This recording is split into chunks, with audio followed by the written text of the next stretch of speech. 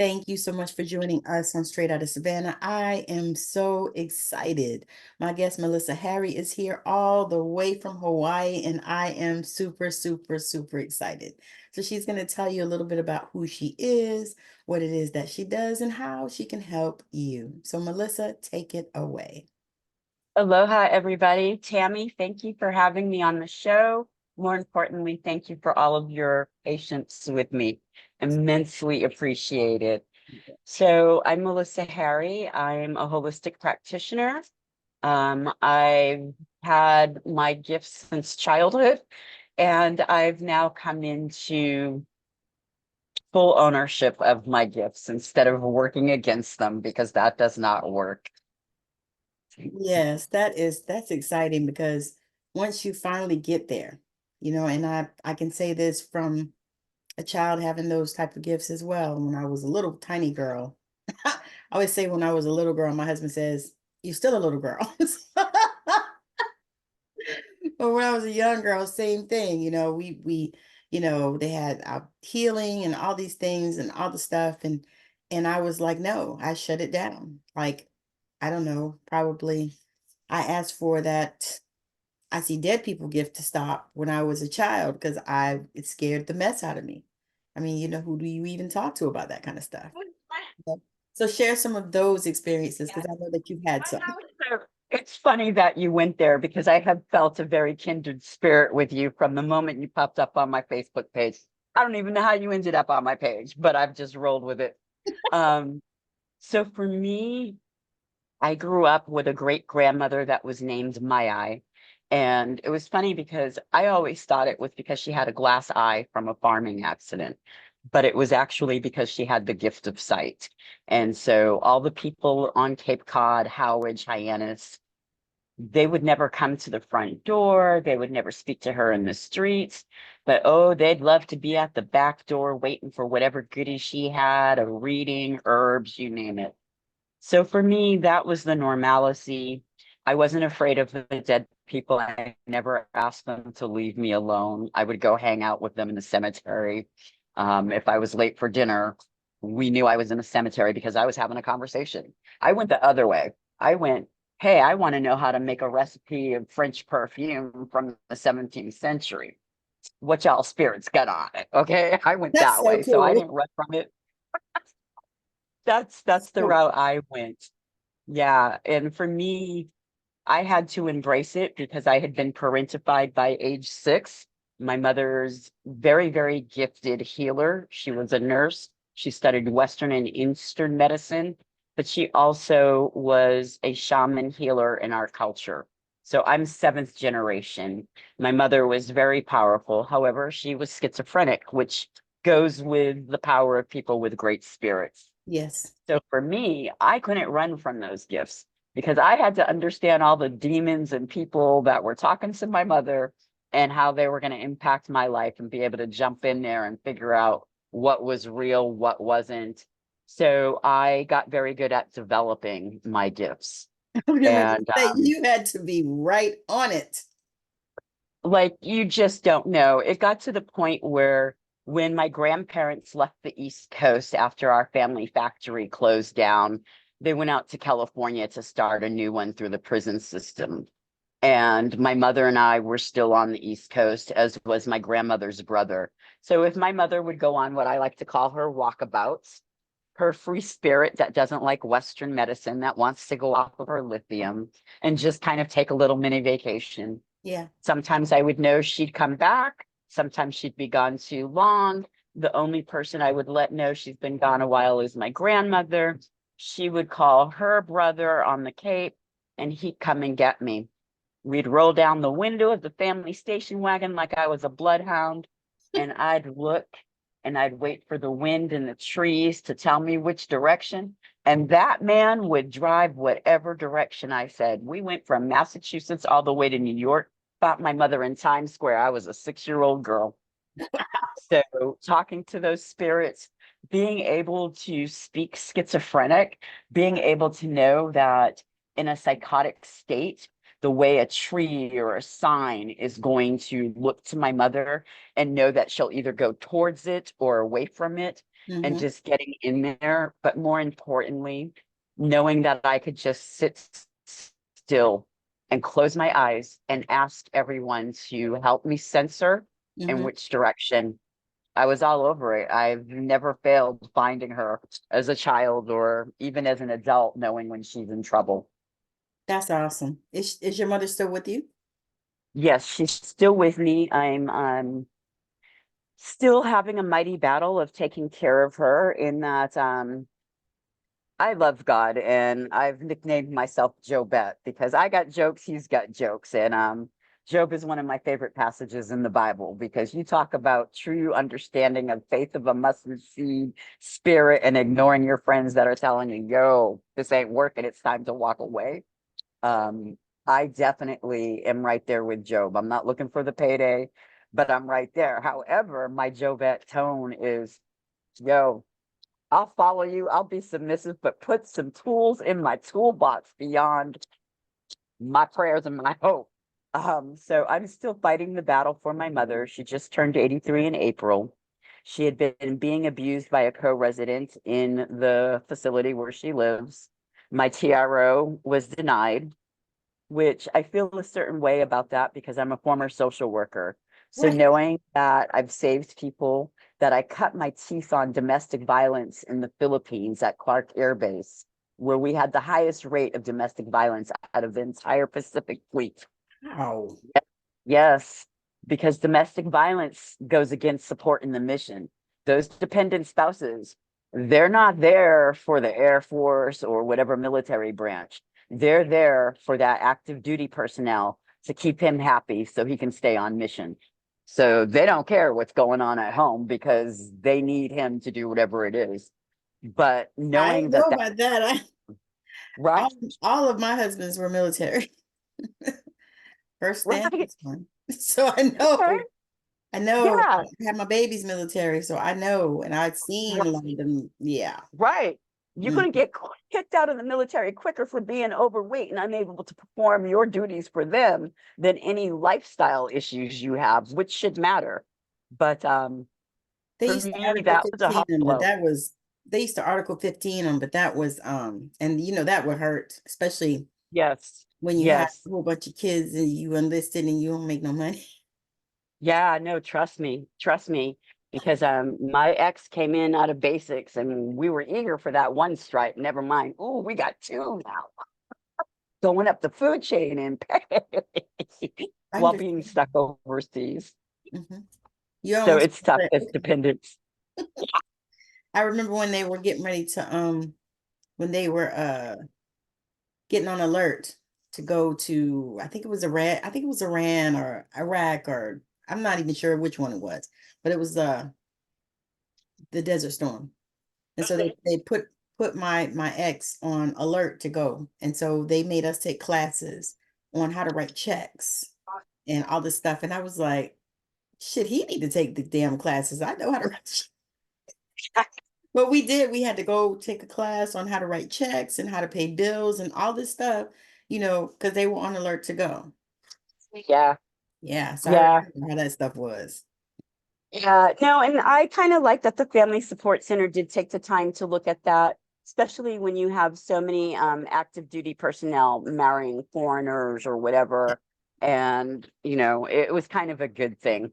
Yeah, But with on the other hand, troops. some of it was a little too remedial for some of the functioning dependents stuck there. Some of the wives that actually pay the bills, because Yeah. I was like, if I don't pay him, he's not going to. So, I've always paid the bills. I'm like, that's not ever a thing that I didn't do, but yeah, I understood that. And but it's crazy when you look at it in that situation. It's like you think that they would want to keep the family good and secure so they could support the soldier. You know, societally, military, all of them, does anyone really care about the family nucleus anymore? No. Because if we put more of an emphasis on family, we'd have stronger communities. Yes. And, you can't have one without the other. So since we've gotten away from a we the people and small communities and states that are still into community feel Yeah. and pride in their state, well, who the hell cares about family? We're not even thinking about the basic of housing a human being, There you food for a human being, I was gonna proper say, wages and employment for a human being, I'm let telling alone you, family. you don't care about our health care, none of that shit. You know what I mean? None It's of it. like None I of it. told somebody, I said, to be such an amazing industrial country, and then we keep giving money away to all these other places, and I understand what that's about. I understand it all. Yeah. However, it's to me, it's almost like this. Just because this is what we've done and this is what is done does not mean that that is right to do. That to me, that's where we are. It's like, yeah, yeah, this is how we've always done it. But I always use the example when I talk about cutting the bacon in half. So like my grandmother cut the bacon in half. My mother cuts the bacon in half. I cut the bacon in half. My children cut the bacon in half. When we open the packet, we just automatically cut it in half. Now, why do we do that? Now they did it because I asked the question to my grandmother because I was the question person too. I said, why are we cutting the bacon in half? She said, well, back in the old days, they had something like 15 kids. And, but they lived on a farm. So it wasn't like, they ever ran out of food or anything like that. Always had food. And so, so she was like, yeah. And then they didn't have the big pans like we have now. So we didn't have that. We just had the regular. And so, but then you think about it. So, but why do the rest of us do it? I have a big pan that can cook a whole, slice of bacon, but I still cut the bacon in half. So I love that example because it's like, Yeah. it's simple and God, it says it's 70 degrees. Okay. It's simple and it makes sense.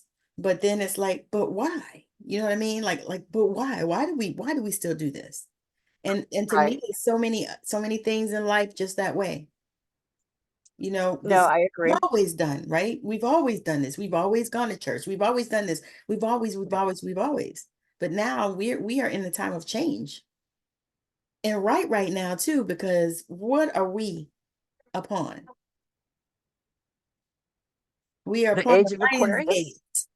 We're in the age of Oh, yes. Aquarius, but we're at that Lionsgate. powerful Yes. portal. Yes. Yes. I don't know about you, but I started feeling it probably yesterday, kind of. And then today, like I had some things I wanted to do before we got to this point. But girl, let me tell you, I didn't do any of that. Like, I mean, I went out and, I needed to get stamps and, a few other things and run by the store. And I had to go get my sister's birthday card and this kind of stuff. So, and I typically, so I'm crazy. I buy birthday cards for my kids, and my sister is like my baby because I'm 13 years older than her. And so I go and I buy cards for them and I put however old they are, that's how much money I put in it. So I do that like every year. And first my husband was like, that is so corny. But you know what? Them kids be looking for them cards. Absolutely. Absolutely. They'd be like, Mom, Mom, my daughter-in-law, when they got married, that was one of the first things she said. Mom, am I gonna get a card for my birthday? I said, yeah. I said, yeah, baby, when is your birthday? Tell me so I can write it down. Put you in the rotation. Good. But what was when you moved, I want to know what was behind when you decided to move to the Caribbean? What was your vision behind that? So my vision for moving to the Caribbean was again accommodating my mother. She's getting ready to make her crossing and she wants to do it in a certain setting and she wants to do it culturally, um, the way she has always dreamt of. And so again, schizophrenia and Alzheimer's is a lot of fun. A lot of places can't deal with that. No, So the that's really hard. Caribbean, yes, the Caribbean was one of those places that revere their people with schizophrenia because they believe more spiritual based. Right. So they're looking for a possibility of building something for my mother, a facility that could take her. And then knowing that my town of Lahaina had just burnt and coming back home was going to be a little challenging. I thought that this would be a good way to get my mother in one of the places that she asked for, because she gave me a list. And if you look at my Facebook page over the last couple of years, I've been working that list. She said the cities and the states. I've been going through it. And so I thought St. Croix would be great. I knew it had great agriculture. I knew it was a little behind and that I could help uplift and elevate people. Sadly, it was too behind for me to stay there. Their people are still dealing with oppression, but now, I have a couple of favorite categories of oppression, but they're locked in self-oppression, because there's no way an island with all that beautiful, fertile land should have anybody going hungry or have its inhabitants, its indigenous inhabitants, making $11 an hour and calling that good. A supervisor at $12 an hour, and that's good. Oh yeah, let your eyes go big, because it is ridiculous. And there is no more agriculture there. Local people struggle. They're trying to bring it back. Some of the farmers are struggling. The Master Gardeners program isn't getting up and elevated. Looks like a And lizard I'm right at a behind point. you. You got a lizard right behind you. Oh, See right there? oh, there he is. Yeah, Hmm. we have lots of those. I was gonna say they just Good came to eyesight. the You saw him. conversation. It's okay. Yeah, you saw them Hmm. because they blend their colors. Yeah. But yeah, it was too behind for me, because I found myself saying, well, damn, even the Philippines was more progressive than this. And I was in the Philippines in the 80s. Okay. Oh, Yeah. so it So was in I had the Dark to Ages for plug on that. sure. Yeah. And the only reason I really pulled the plug is I had found a wonderful lady to help her with her farm. And in my first 2 weeks, I started getting her some grant money right away. But we all have trauma drama baggage that we haven't healed. And unfortunately for hers, it was reflecting in the way she was caring for her farm and the stewardship that she put in. Because I'm sure you're familiar with the adage about internal chaos always exhibits externally. And Yes. it doesn't matter if you're an organization, an individual, or a family, it Yes. shows, right? And that's what her farm showed. Mm. She had this hoarding tendency of, like, when she took me to her mechanics, there's 8 cars she's proudly pointing out, none of them work. The car she's driving in is her mechanic's wife's car. So when you have that trauma drama baggage and you're not looking at the losses and how those losses have triggered you to start hoarding, etc., you can't get anywhere. No. But for me, when I'm looking at myself like a gift horse, and I just said I could get you money, and in my first 2 weeks, I'm showing you ka-ching, ka-ching, and I'm like, okay, you need to bring in solar, water, and I know of a grant that's 7 figures. Take a minute and write me out your bio. That's TikTok. Grants are on a deadline. I shouldn't have to ask you twice, 3 times for Right. something that I'm doing for you.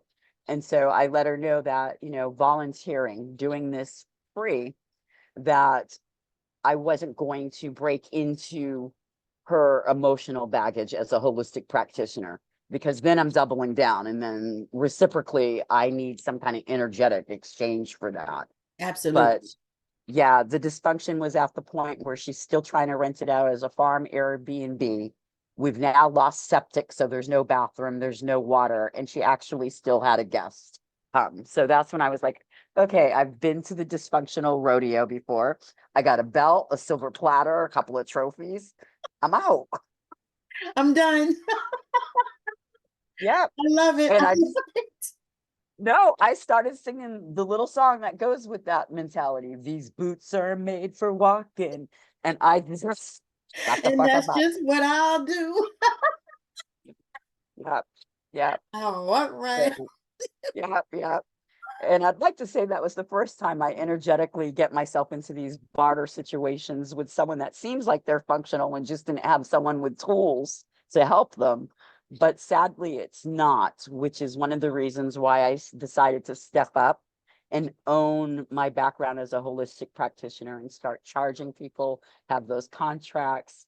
Because when I haven't done that, every time I'm just giving it away out of kindness, the backlash when we get to that, ooh, you just said something that made me have to think about how true that is. I just recently told one of my clients that this all or nothing mindset pity party that they're throwing for themselves is beneath them at their level because this person happened to be a doctor. And I was like, no, I ain't got time for that.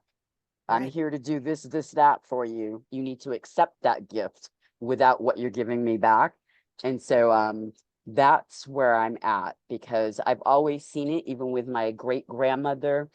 If she was going, my great grandmother and my mother, they're scryers, so they like crystal balls. Mm-hmm. I like water and crystal balls, so I scribe with my water. I have an obsidian bowl, but I used to see them do all this work. And if the person couldn't pay, my great grandmother would tell them, "Well, go out to the garden and find me something to come bring me." And she didn't Well, care if you brought a it's an flower or a energy rock. exchange. I'm sorry? I said it's an energy exchange. Exactly, exactly. That's what currency is. That's what money is. That's why whenever I give with my right, I take back with my left because I want to keep that full circle going. Yes. And so yeah, that's where I'm at now. It's like, oh, we won't be doing the free decline, or I probably still will, but I'll be watching, Well, the, the the thing is once you get it in your heart and your mind that it's time for you to charge and all that kind of stuff, and then you ask, the spirit, what is a good thing, and what feels good to you, and it shows up, then you charge that. yeah, But if you meet somebody that really needs help, and that they really need help, and that they'll follow through and all this type of stuff, and you want to give it to them for free or for something real, real cheap, because I still say some type of freaking energy exchange, even if it's $20, yeah, something, yeah. something so that they have some skin in the game. Here's my last payment for something with someone, and it's just a wonderful Nice. spiritual bead. So, I totally get it. So something that's because because like I go on TikTok and do stuff, and I tell them, I said it's an energy exchange. I said you can either give me something on my Cash App or you can give some gifts. I said it doesn't really matter to me. I said because I know that I am supported. I know that Yeah, I'm taken care of. I said, but this is an energy exchange because not only do you have to have this, but I have to have this. I said because absolutely. I'm giving you something. Yeah. I said, because And if it's, I'm giving you a reading and I'm talking to you and I'm giving yeah, you insight into whatever, I said, it's got to be an energy exchange. I said, because what yeah, I know is that when you don't have that you feel, you, the healer, you feel it. And you yeah, wonder why you be feeling, in different ways. You're feeling bad, you're feeling aggravated, people, start getting hell on your nerves and all that stuff. It's because you are not having energy exchanges. And you feel like you yes, are pouring, pouring, pouring, and you're not receiving anything. Like you're giving, giving, giving, and your yes. giving and receiving cycle is all out of balance and all out of alignment. That's that word, right? Alignment. Yes, absolutely. And I want to come through and just give you a big high five because I was just saying that to someone else. Because what I'm seeing here, Maui, we've had a lot of struggles, and a lot of our energy and light workers, they're drained because they haven't reciprocated, they haven't replenished their own spiritual well. And Yes. so I'm hearing them running around with like labels and assumptive behavioral thoughts about how someone acts, and it's like, oh, what are my healers doing? We ain't supposed to be doing that. There's no label filter or anything. We're the good, the bad, and the ugly. Hmm, I don't have time for that. So Well, like, it's I not had this just friend. there, it's all over. Okay, and I'm see, seeing it on the line online too, on some of those apps. I'm seeing it. And I'm like, you know, yeah, and see, this is the wrong time because I get it. So many have been off on their own, being an army of one or two, but now we're uniting. We've got Aquarius and Pluto. First time in so long. Lionsgate, like you were saying, everything. This is our time. And yes, I don't know if you saw, there was this sister, and she was breaking down truth about how our world leaders have always sought seers and advisors and everything, and yes, that they know what's coming. So they're trying to shore up and get the last of their money and dirt that they can get done and yes, everything. yes, This is not the time for all of us workers to be falling apart and having a yes, moment. But yes. that's what the other side is going to want energetically. So they don't have our mighty alignment Well, and they're able to pushing break through.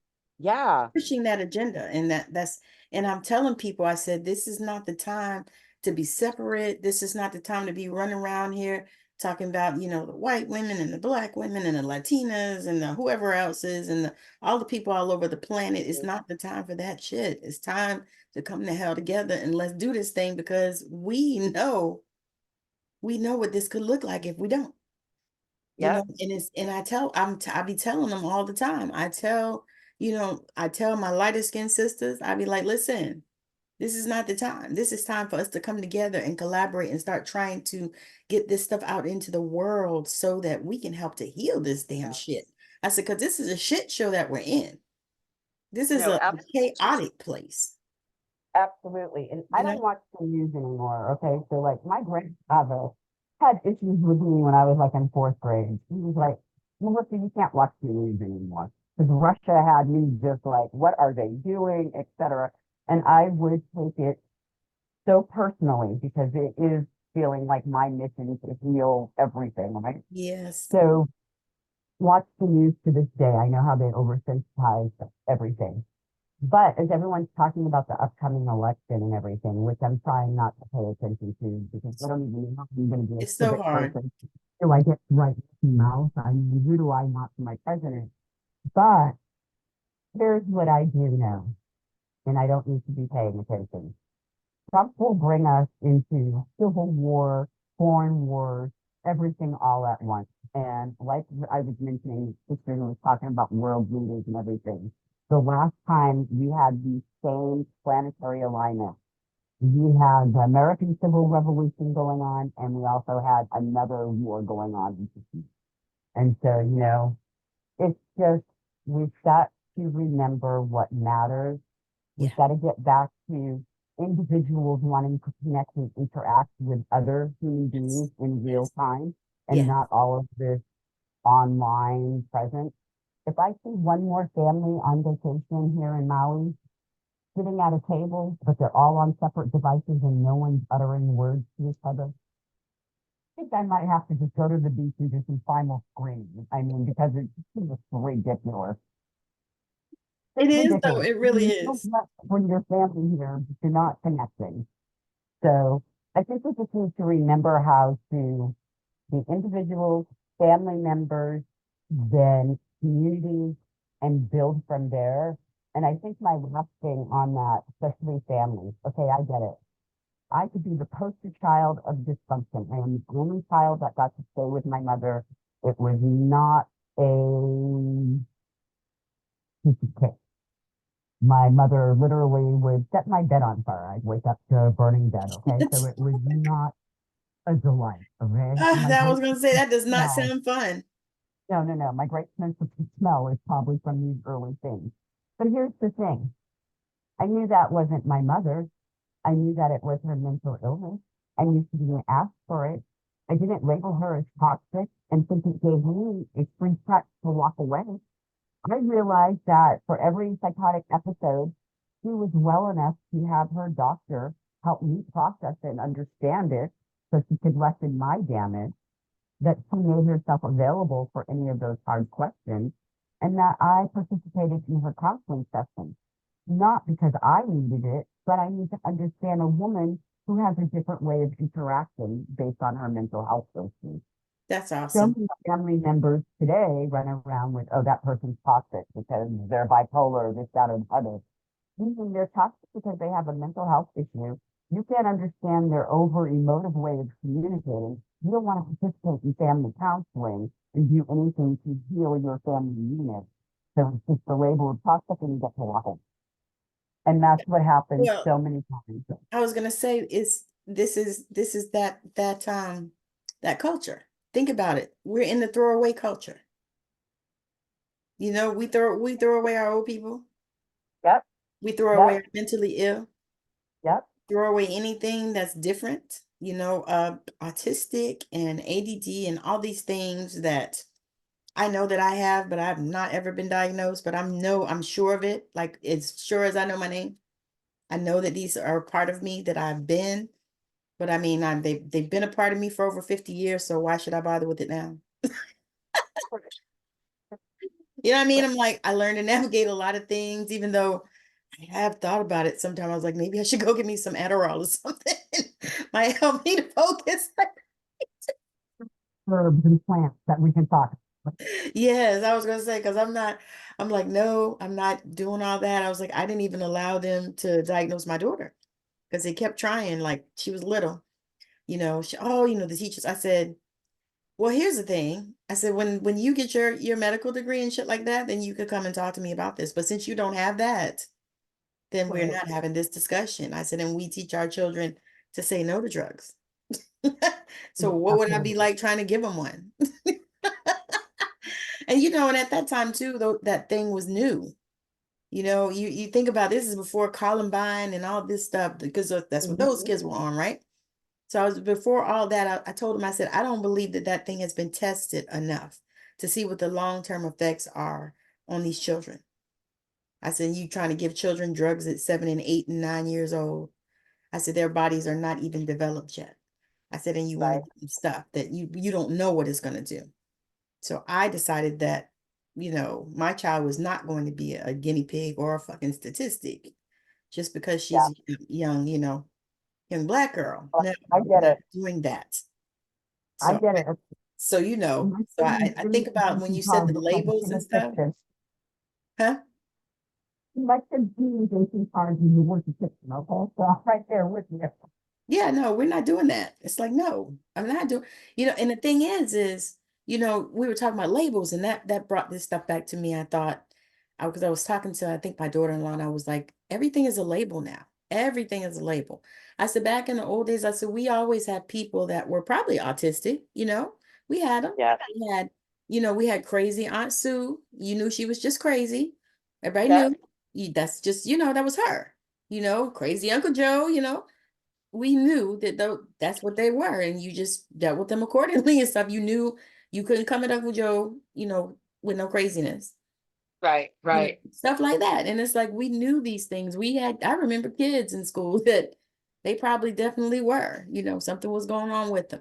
I said, but we just knew, but now it's like everything has to have a label.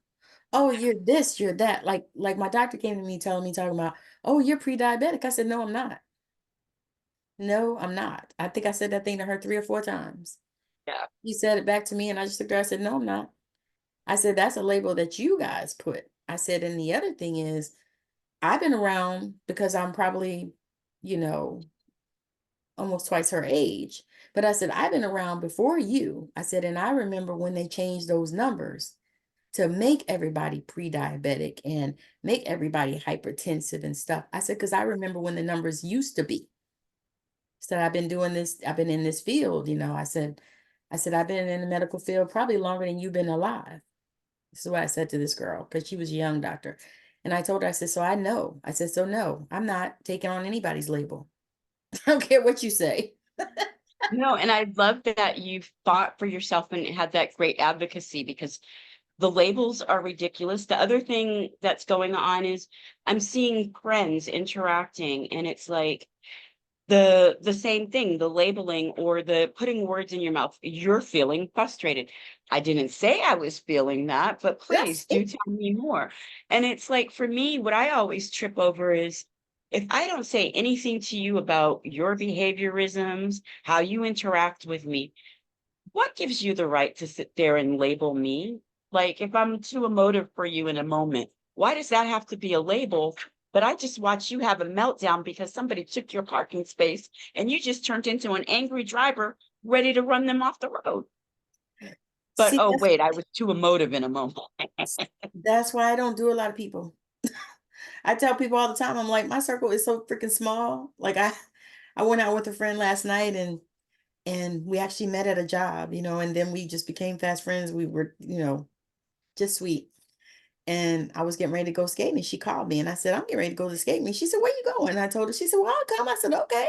She said, you was gonna go. I said, girl, I don't care. I will go by myself. If I want to do something, I'm gonna go and do it. I said, I don't worry or wait on nobody else. I said, honestly, sometimes I have a better time by myself.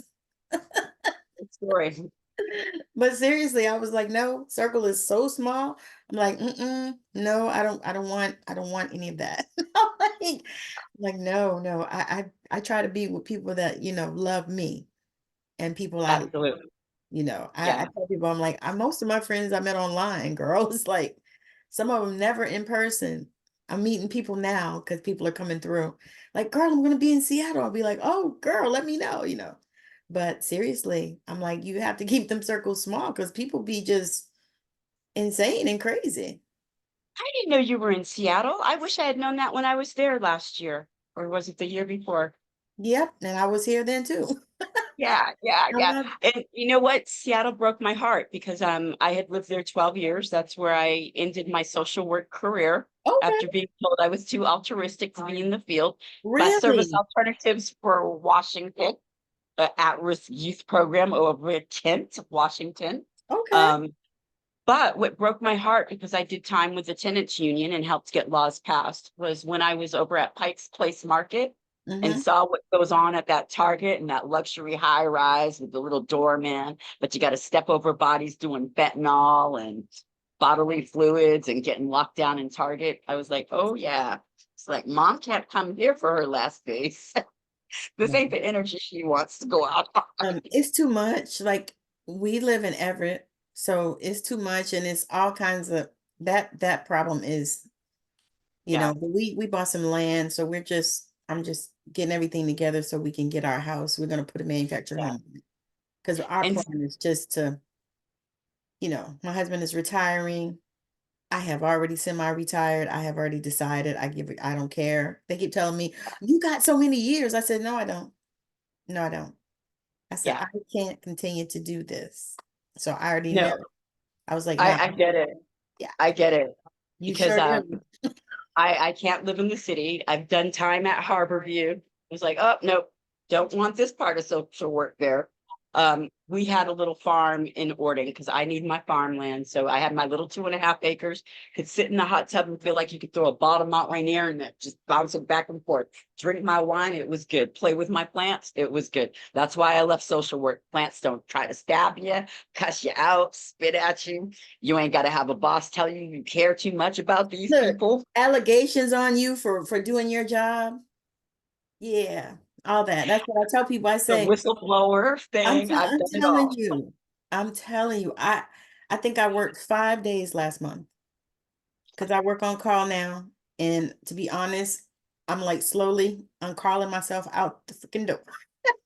I love it. I'm so happy for you because you know what? When I left social work, it was kind of bittersweet. I felt like the true grassroots hippie child that I am that really Mhm. cares where someone can say I'm altruistic. Yes. Shouldn't be Ain't leaving the that what you're field. supposed to be a social worker? That's what I thought. But Okay. you know, hey, I live and learn because one of the hardest things for me was I was hanging out with these group of co-workers and we were doing everything you do when you're partying, smoking, drinking the whole bit, right? But I came back to the residents with autistic clients and I found them smoking and drinking on the job and I dined them all out. But guess what? I was the one that got relocated within the organization because no one felt like they could feel safe working with the snitch. And I was like, fuck y'all all day because if that's how you working, then that's on you and not on me. So So much of that. You almost like, what? But like I had to tell one of my CNAs the other night. I said, listen, I said, he was telling me about something. I said, you know what? I don't even complain about it. I said, because when I took complaints to them, which, I said, I took complaints. I said, when I took the complaints, guess what? They told the person that I brought a complaint. I said, and I knew they didn't tell me that they did, but I could tell by how the girl was reacting with me. And I was like, oh, this is some crazy stuff. So that taught me that I'm not telling anything. I don't even care. I was like, yeah, I honestly, and what's wild is I tell them that. I said, I don't even care. I said, I come in here to take care of these people. I said, do these 8 hours. I said, I don't want to do 8 hours in 2 minutes. I only want to do 8 hours. And then I would like to go home. I said, and that's it. I said, when I come here, I'm going to do what I need to do. These people are going to be taken care of. I said, some of that other stuff will probably not get done. yeah. I said, and y'all I know. Yeah, I would love to find, well, I'm going to create my own, but a workplace that really supported anyone that was spiritual, energetic being that was intentionally living, because it is so Gotta have hard. to I mean, create your own. yeah, yeah. And what's going on out here in the retail world is ridiculous. I just left a job as a store manager after seeing that my staff members were dealing with people defecating in the fitting rooms, having sex, doing drugs. And for the organization, it was Okay. okay. Yeah. And it's like, no, that's not okay. They're not Until even, somebody sues. well, I was there a very short time and I was just speaking on the improper handling of these things and saying nice little emails like, well, I'm confused because I'm new, but that's not the way I ever did it with OSHA before. Or we don't throw sharps in the garbage after rinsing with bleach. By the way, that whole bleach thing came when we didn't have a good needle exchange program. It wasn't what we were supposed to be doing. Girl, we have sharps in the break room that aren't even in sealed containers, and we don't know what airborne or bloodborne pathogen is in there, and they're not disposing of them because it's not at the fill line. Versus in a hospital, the fill line is to let you know it's time to go and they move through it. But in a store, if you only have 3 in that puppy, you got to get them the fuck out and you're not washing it with bleach. And so that was my nice little 5-week job as a store manager, and then I was out the door because they could hear the whistle coming. Oh my God, we are kindred spirits. I have them laughing. I said I had a job. I said I lasted 5 weeks. Matter of fact, the girl that is the DNS where I'm working now was like she was I don't know the hell what she was. Um one of those supposed to be a trainer, staff development. She wasn't that, but that was her title. And so anyway, I worked that place for 5 weeks. I was out of there so fast. They had got like a note, like at the end of the shift, I wrote a note and I put it in the box and I said, "This is my notice. I'm out of here. I can't do this another day." It's big. I like that. Sometimes I don't even take the time to do that, but with them, I was like, yeah, so I'm all set. The internal investigation was BS. I'm taking an external. I told them this like a week in advance because I had already started making the phone calls and reporting. It was like, I'm open and notorious about it when you're in the wrong. It's like, I want you to come at me because I want to name you, because you're an organization that is supposed to make my social work and my retail background feel good. Yes. And I should have the will to want to stay with your store. But you happen to have a history of employees falling in trash compactors and getting killed, and you're not taking care of. And then the developmentally disabled people that you hire, while speaking good and all the will that you have to rehab people, they don't live up to it. So I was like, I'm out. Yeah. What do you say? No, but a lot of people are doing that now. Yeah. And I don't know if they know, but this younger generation, they are not putting up with the shit we did. I know. And that's why we They can't are get not. people to work anywhere. No. That's why Well, workers you are got to think struggling. about it. You can't get people to work if you're not going to pay them. Yeah. Then the other thing is too, a lot of times people, especially like in the fields that we were in, people will stay if they're being treated decent.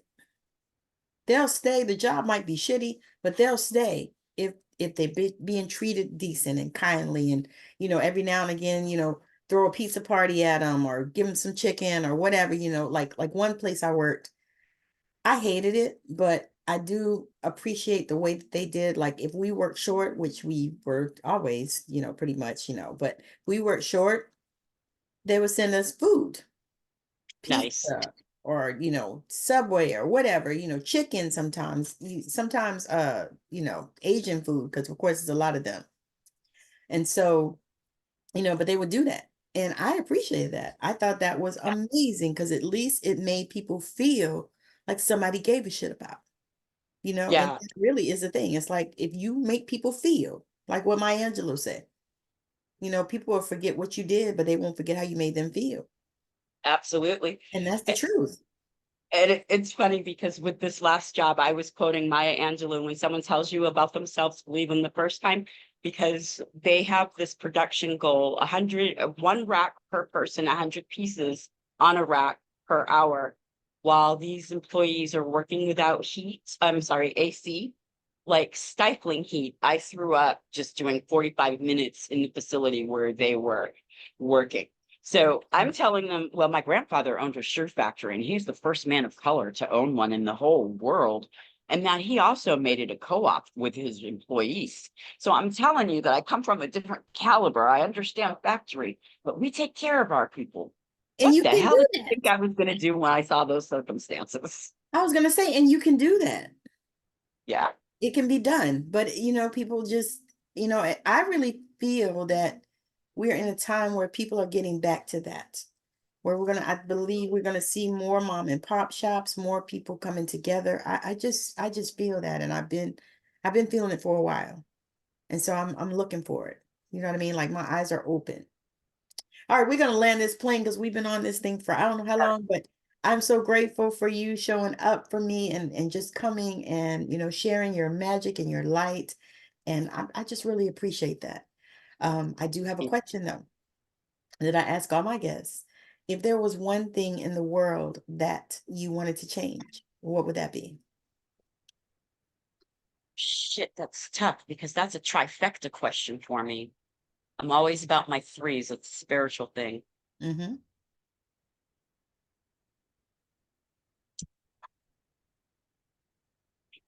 For me, truly, I think I'm going to have to say it would be the loss of family constellations and the desire to preserve families. Because for our race, we get destroyed. We don't get to have the generational wealth, the generational passing down of family heirlooms, etc. And our families end up so broken and scattered. We don't So even it would, know. We don't even know. yep.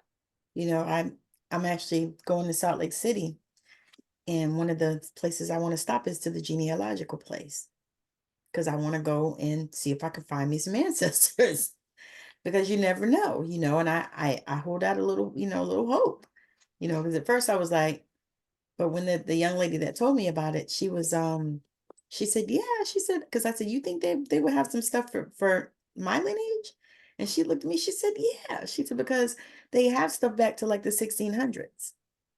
And I was like, really? And she said, yeah. She said, you'd be surprised. She said, I had a friend that went there and she was like you. She was not like us. And she said, and she was able to find some connections. I said, really? She said, yeah. I said, okay. I said, well, I'm gonna be there. So I might as well try to get up in there and see what I can see.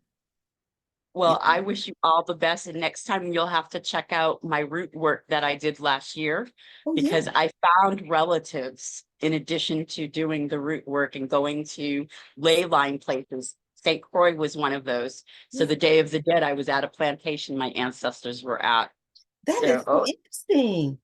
See, oh that's yeah. the kind of stuff that I think is just amazing that we couldn't find out. And even ancestry, I don't know how true that is, like I said, because there's so many variables and so many things that we know that, they didn't pick up on. Yeah. But we know what that's about too. But so let the people know if you have a program or you have anything that you're doing or that you're looking to enroll people or anything like that, just let the people know that. And then if you have links, I'll drop them in the description as well. I have a lot coming. I'm actually working to get so right now I do have my Facebook page, the Renaissance Guild. Also on Instagram, I'm there under Merm Witch, Mermaid and Witch combined, Oh, but also Renaissance Connection. Yeah. I didn't know that was you. Oh, okay, got That's me. you. That's me. That's why there's a mix of art and activism and food. Yeah, that's me. Because that's always my thing. And hopefully next time we talk, I'll be talking about my business and getting brick and mortar destination place up and running. So I'm trying to do a lot, but I'm gonna keep fighting the good fight Yeah. and So get out there. And are you doing like a retreat center or what are you doing?